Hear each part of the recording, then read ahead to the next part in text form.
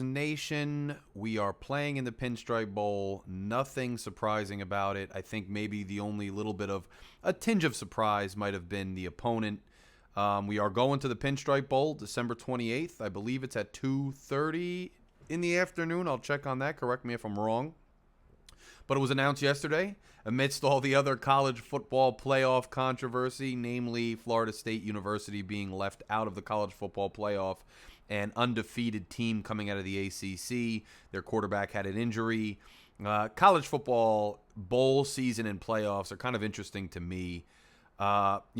Several years ago, you had just the BCS system, right? And you had New Year's Six bowls, and you had one bowl that was designated as the national championship game, and there were computers involved, and basically, the number one and number two team, as rated in the system in the country, would meet for the national championship. There was a lot of, belly aching about that because, what if the algorithms and the process was wrong, and a team that really had a legitimate chance to be a national champion was left out of the process. So now they moved to the 4-game college football playoff format. A number of years we've seen teams get in and really just get pummeled anyway by the expected team that moves on to the national title game. But other times a team that may have not been a consensus one or two does in fact win their first game and gets to vie for the national title. It's a complicated thing, and we know they are going to expand the college football playoff. So there's a lot of interesting moving parts in bowl season. You have some people, and we are going to the Pinstripe Bowl hosted by the New York Yankees. It's at Yankee Stadium in the Bronx. Prepare for a cold one. Prepare for interesting sight lines and interesting turf. But look, that's just the nature of it. I'm fine with going to the Pinstripe Bowl, quite frankly. It's that week between Christmas and New Year's.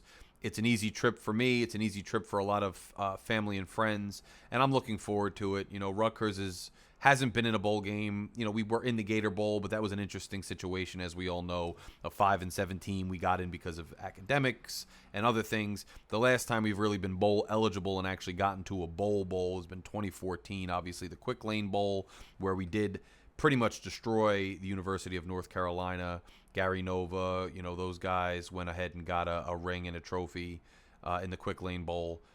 College football bowl season is an interesting thing, right? Because there's this prevailing narrative now that, if guys are going to go to the draft, they're going to sit out of the bowl game because why risk it for a meaningless bowl game?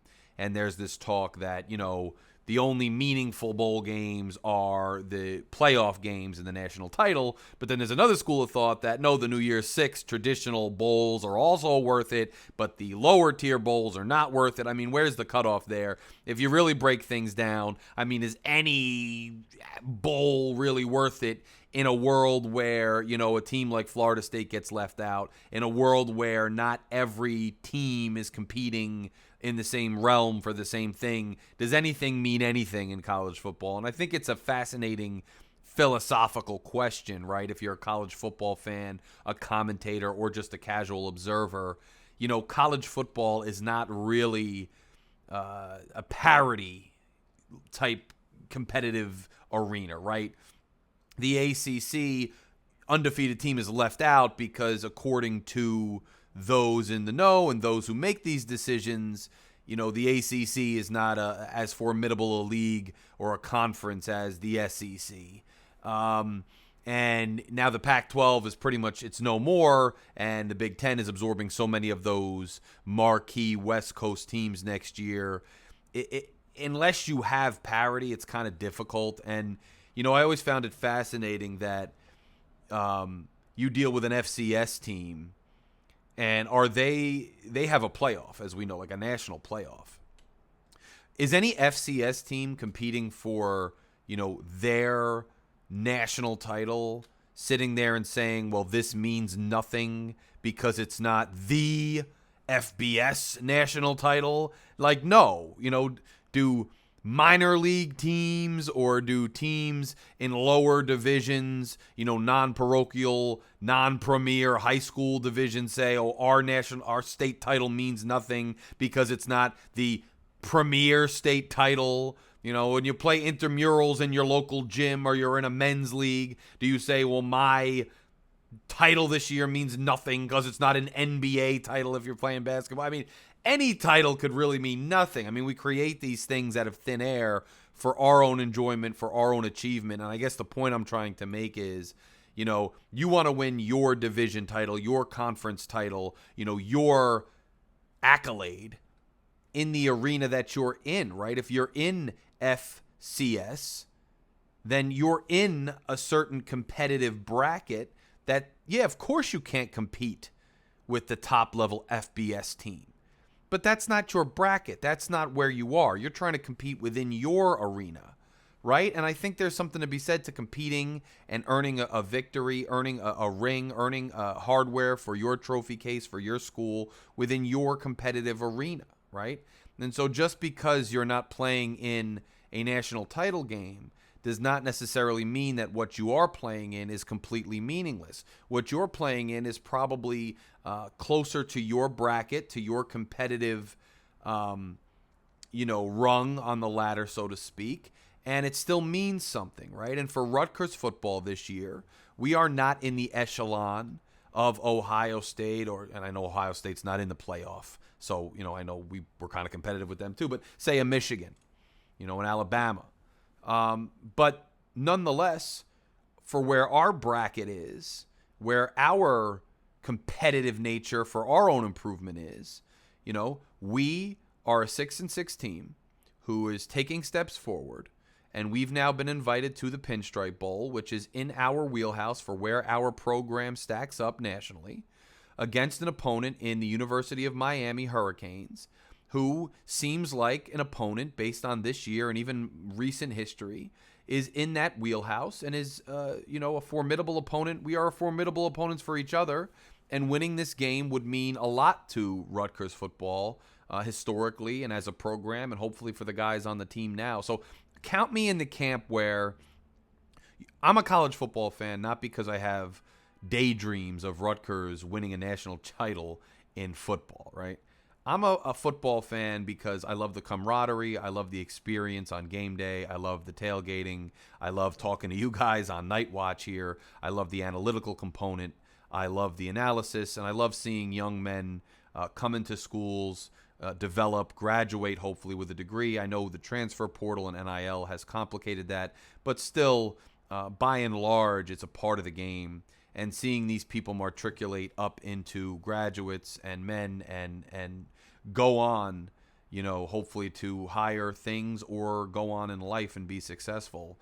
I'm rooting for Rutgers to beat, Maryland year in and year out. I'm rooting for Rutgers to, gradually improve every year. I'm waiting for bowl games like this to just have a fun experience and to add to the historical prowess of the program. How many bowl games can you win? How many bowl appearances do you have? Which bowl games have you been to? How many can you stack up? That's kind of the fun of college football. And I think that the more we go down this road of the playoff and the playoff being expanded, then the more we diminish any other bowl game or any other postseason accolade and make it meaningless, which I think is actually a bad thing overall for the sport, because not everybody's going to win a national title. And quite frankly, even the teams that get into the 12-team playoff on the low end, lower seeded teams, quite frankly, are probably going to struggle to win and still win a national title. So now not only do you diminish the meaning of any other bowl, but say you encompass a historical bowl game, which I'm sure they'll do, into this playoff, and now you have a tougher opponent and the road's tougher. And now it's almost diminishing. Like, you go to a Rose Bowl on New Year's, in a New Year's 6 game to the Rose Bowl 10 years ago, and you win it. I mean, that's that, and that's a huge accolade, and you'll have that accolade forever as a school and as a player. Now you go to the Rose Bowl or one of these other premier bowls, and it's simply the first round of a college football playoff or a second round, and you lose because your seed was tough. Or you win, but then you lose the next game because you don't advance. I mean, does that diminish and tarnish your victory? I'd say a little bit. And I actually think that kind of hurts things in the long run. But that's my own soapbox. I know I'm in the minority on that. I don't expect everybody to agree with me. Go ahead and comment if you disagree with me. That's perfectly fine. I wanted to talk here about Rutgers going to the Pinstripe against Miami. So Miami is 7-5. They had a winning record in conference, but they are still tied for 8th in the ACC with Boston College, who, by the way, they dismantled Boston College in their matchup. Miami has had a decent season. They lost to Louisville. They lost to a couple other formidable teams, but they had some decent wins as well. Again, overall winning season record of 7-5, close to our record of 6-6, although the conferences are different. Coached, of course, by Mario Cristobal, who is a familiar face for Rutgers. He coached under Schiano in the early 2000s. They knew each other from Schiano's days at the University of Miami. I believe he coached offensive players, I think O-line, tight ends. Now, he was approached after Schiano initially left to go to the Tampa Bay Buccaneers to perhaps take over as head coach at Rutgers, but he ultimately declined, and Kyle Flood wound up being the head coach of Rutgers. The rest is history. Cristobal had success at Oregon. He is now down in Miami. So Miami ranks pretty good, decently. Their run defense is better than their pass defense. That's a rough matchup for Rutgers, as we really need to get our rushing attack going. That's how we've had success all year. That's how we're going to have success this year. Now, generally speaking, against ACC competition, we played Virginia Tech, obviously, this year, and our other out-of-conference schedule, and even the lower tier of the Big Ten Conference. We've had success in the trenches, matching up, lining up against Northwestern, lining up against Temple, who I know is even a division low, a conference lower, and lining up against Virginia Tech. We had success in the trenches running the ball. It remains to be seen whether we'll have that success against a team like Miami, but I would think that we would have a slight advantage in the trenches against Miami for that reason, just based on the conference makeup these days and the level of competition, the style of play. Miami handled Boston College handily 45-20 in their last game. They lost a close one, 38-31 to Louisville. They lost to Florida State, who obviously is undefeated and was the ones who a lot of people feel were maybe wrongfully left out of the college football playoff, although, minds can differ on that. They had a close loss to them, 27-20, and they lost to NC State, who was number 19 in the country, 20-6. Beat Virginia, beat Clemson in a close one, beat UNC handily, lost to Georgia Tech, beat Temple 41-7. That's a common opponent. So similar outing against Temple to what we had. Beat Texas A&M 48-33. So look, we're seeing a team that has a formidable resume, and I think we have comparable resumes, all things considered. This should be a good game. One thing to note is Miami has very talented receivers on offense. They have a more potent offense than I think Rutgers has at this juncture. So it's going to be interesting. Something to keep an eye on, however, is that Miami is going to be down to, it looks like, their third quarterback. And that is a really interesting caveat to this now. Tyler Van Dyke, who started 11 games and 27 games against for the last few seasons, he entered the transfer portal as a graduate transfer, so he's not going to be playing in this bowl. And that's a considerable blow to Miami. And Emory Williams, who threw for a couple touchdowns this year, had 5 appearances, he's probably going to be out because he's suffering an injury. So it looks like right now, Miami's going to be rolling with Ja'Curry Brown, who didn't play a snap this fall, and he is a former 4-star quarterback, though, so he probably has talent, but he's a complete unknown, really, at this juncture to Rutgers and to really anybody since he hasn't played a snap. Rutgers traditionally sometimes struggles against these wild card backup quarterbacks, so it remains to be seen how we'll do. But Miami has a tough offense, and I would compare somewhat their kind of high-flying offense to that of a Maryland. So you got to watch out for that. We struggled against Maryland. Let's see how we do against Miami. But like I said, I do give us the advantage in the trenches, and when we have lined up to teams like this, aside from Maryland, we have had success. So this is a real interesting matchup. Now, interestingly, history is working against Rutgers like it is on many fronts a lot of the time. We have met Miami 11 times in our history. We have never beaten Miami.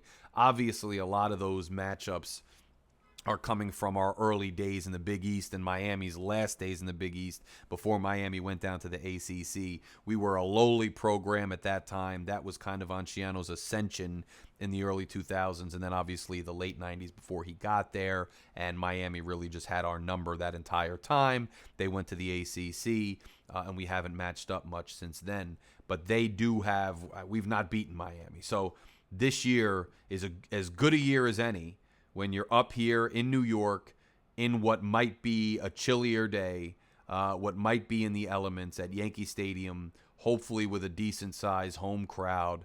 You're a Big Ten team. You have comparable resumes this year. This is as good an opportunity as any for Rutgers to finally go out and get a win against the Canes. We will see what happens. On our front, you have Holland Pierce, who's already declared he is coming back. That is absolutely huge news for our offensive line, both for the bowl game and going forward to next year. Brian Felter has also announced he is coming back for another year. Christian Dremel, that's huge, huge, huge news. Obviously, our leading receiver this year, former walk-on who has really worked his butt off and emerged as our leading receiver this year, is coming back as well. And Tyreme Powell will be back, but obviously Tyreme is out for the year, so we won't see him for the bowl game. I do expect to see Christian Dremel for the bowl game. I do expect to see Holland Pierce for the bowl game. For his part, Schiano spoke yesterday upon the announcement that we would be matched up with Miami in the Pinstripe Bowl about whether or not any players have indicated that they're not going to participate because they're getting ready for the draft and what have you. Obviously, there's a big question mark with respect to Kyle Monangai. This is a player who really maximized his draft capital this year by rushing for over 1,000 yards, by solidifying himself as, really, and I know the Big Ten didn't necessarily give him the accolades, but really cemented himself as the premier rusher in the Big Ten this year. He's set himself up for some kind of opportunity at the next level, so it remains to be seen whether he will play in the game. There's speculation on both ends. Initially, it seemed like he was totally set to play in the game. He'd been waiting for that opportunity, but obviously there's going to be advisors and other people he's consulting with who are going to give him the best advice for him, and advise whether or not it's advantageous for him to play in the bowl game. We will see. My general philosophy is, bowl game's part of that season, and unless you were somebody who emerged from no chance of going to the draft to a really chance at getting a higher selection in the earlier rounds and getting a serious payday, you should probably go out and play. But I'm not the one risking my body. I'm not the one with the future on the line. So I'm nobody to make that call for any individual person. It just seems like, if you're not going to play in the bowl game, then why play in the last game of the regular season? Why play in the second half of the regular season? Why play? I mean, you could play that slippery slope game as long as your draft capital, and as soon as your draft capital comes to fruition. Why risk anything in college? It means nothing at all. I mean, so it's kind of interesting. We'll see who, if anyone, opts out of the bowl game. Obviously, that's going to change our philosophy going into the game a lot. It's going to change our game plan. It's going to change our expectations based on who opts out and who doesn't. For what it's worth, Schiano in his presser seemed more concerned with guys who were going to transfer not playing in the bowl game, because that makes obvious sense, right? If you're going to transfer to another school, you're obviously not going to play in the bowl game. As opposed to if you're going to enter the draft, there's still an opportunity for you to play in the bowl game. So that remains to be seen, and that'll be something to keep an eye on going forward. If guys are going to transfer, they're not going to play. So we're not going to see Rochelle. We're not going to see these guys in a bowl game. Just got news right now. Props to Dean. Props to RU Nuts. Just got news right now that Aaron Lewis is also returning to Rutgers for another season. So I expect to see him in the bowl game. Guys, this is big news, right? these players returning, the ones who have announced so far, there were question marks as to every one of them. Specifically Lewis, Pierce, and Powell. And, I would argue probably Dremel too. So given the fact that these guys are going to return, it's just a big, big thing for the program because, as Schiano keeps saying, we are a developmental program. I do expect steps next year. I do expect strides next year. We know the schedule is a little lighter next year. So these guys returning and having solidified starters in their roles and well-seasoned and well-positioned can only be a good thing for Rutgers going forward. And getting these extra bowl practices and getting the experience in the bowl should also be great news for Rutgers and a really beneficial situation for the program going forward. This season, as I've said, and I will say it again, despite a rough end to the month, this season has been a successful one. And the fact that these players who have developed to play at the levels that they are now playing, which are significantly higher than when they came in, returning for yet another year and staying in that pipeline as we continue to develop other guys behind them and alongside them is huge. It just continues to bode well for the program.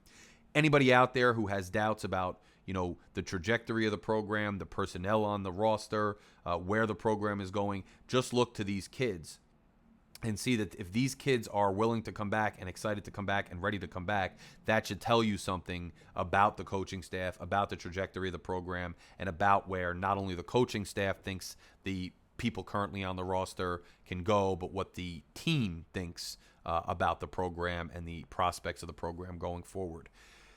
Let's go out, this is going to be a tough game because of the matchup, because Miami's a good team. But they're playing on their third-string quarterback. We should be tough in the trenches. I'm not taking anything away from the ACC. I'm not taking anything away from Miami. And it isn't like we were an upper echelon Big Ten team. But the fact is that if you look at the Big Ten, you look at the way we've competed against teams in the ACC and other out-of-conference games, we should have a good shot against this ACC team. And I don't want to say at home because we're not in Piscataway, but it's kind of at home. We're in New York in December, almost January. So let's go out and get a win. Let's add another trophy to that trophy case at the Hale Center. Let's get guys rings. Let's add to the legacy of the program. Let's add to the respectability of the program. Let's cross another bugaboo off our list and beat a team we haven't beaten from the old Big East days. And let's have a good showing. I'll update you guys if anything happens with respect to a player sitting that we didn't expect, players transferring. Schiano said that, he's in the midst of the discussions with players as to, who's going to the draft. If they ask for his advice, he said he'll give their advice to them. If they don't ask, it's up to them. But he's kind of in the midst of who's going to go to the draft, who may not go to the draft, who's going to tell them they're transferring. And he said he's keeping an eye on every guy who enters that portal. They will take a look at any position of need, any upgrades that are possible. They'll take a look at anybody in the portal to see if it makes sense. But, there's a lot of factors there. They're competing against a lot of other schools for these guys' services. They got to be a cultural fit. They got to be an academic fit. They got to be a schematic fit. And then the NIL is a huge, huge deal. And Schiano said, look, if it's a guy we really think we have to rally around and try to get the NIL to be able to obtain that player's services, we'll do that. If we think the NIL demand for that player is outside of our range and we're not going to rally or we don't think we'll get there, we'll pass. If the NIL is right and the guy can be a contributor, we'll go after him. So a lot remains to be seen here.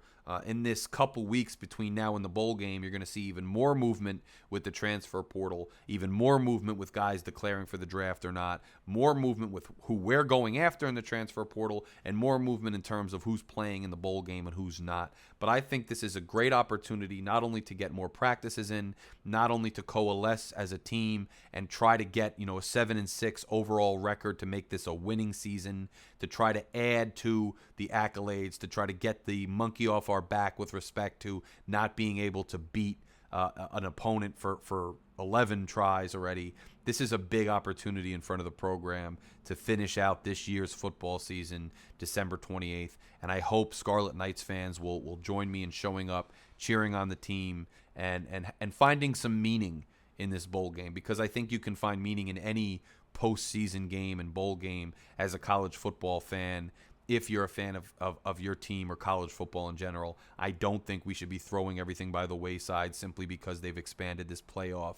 At the end of the day, any and all sports competition is somewhat, ancillary, right? So it all means something if you give it meaning, and it will mean nothing if you fail to give it meaning. So let's give this meaning. I think there is meaning to be had here, and I think there is value in winning this game. So let's root for our team. Let's follow this closely, and let's try to get a victory. If you guys haven't done so yet, and welcome, by the way, to all the new subscribers on this channel. We got a bunch this week following men's basketball's struggles and my discussion of that. But if you haven't done so yet, click subscribe. We're trying to get to 500 subscribers. Your support is greatly appreciated. Everybody who has joined thus far, you know that I release as much content as I can. And if we get to 500 subscribers, there's more that I can do with this channel. So I'm looking forward to trying to get there. It's a long push and it's a long slog, but I'm in here for the long haul, and hopefully you'll join me and be in here for the long haul with me. If you click subscribe, it takes 2 seconds to just hit it. If you enjoy Rutgers content, college sports content, Big Ten content, anything of that sort from an objective point of view, I'd love to have you on board. So just take that millisecond, click that subscribe button right now, click it, and join me on Night Watch. Until the next basketball game, guys, it's an interesting week for Rutgers basketball. 2 road games that are really going to go a long way in deciding what this season is and can be. I'll be talking to you about the basketball week soon. And until then, enjoy your week. Larry K. out.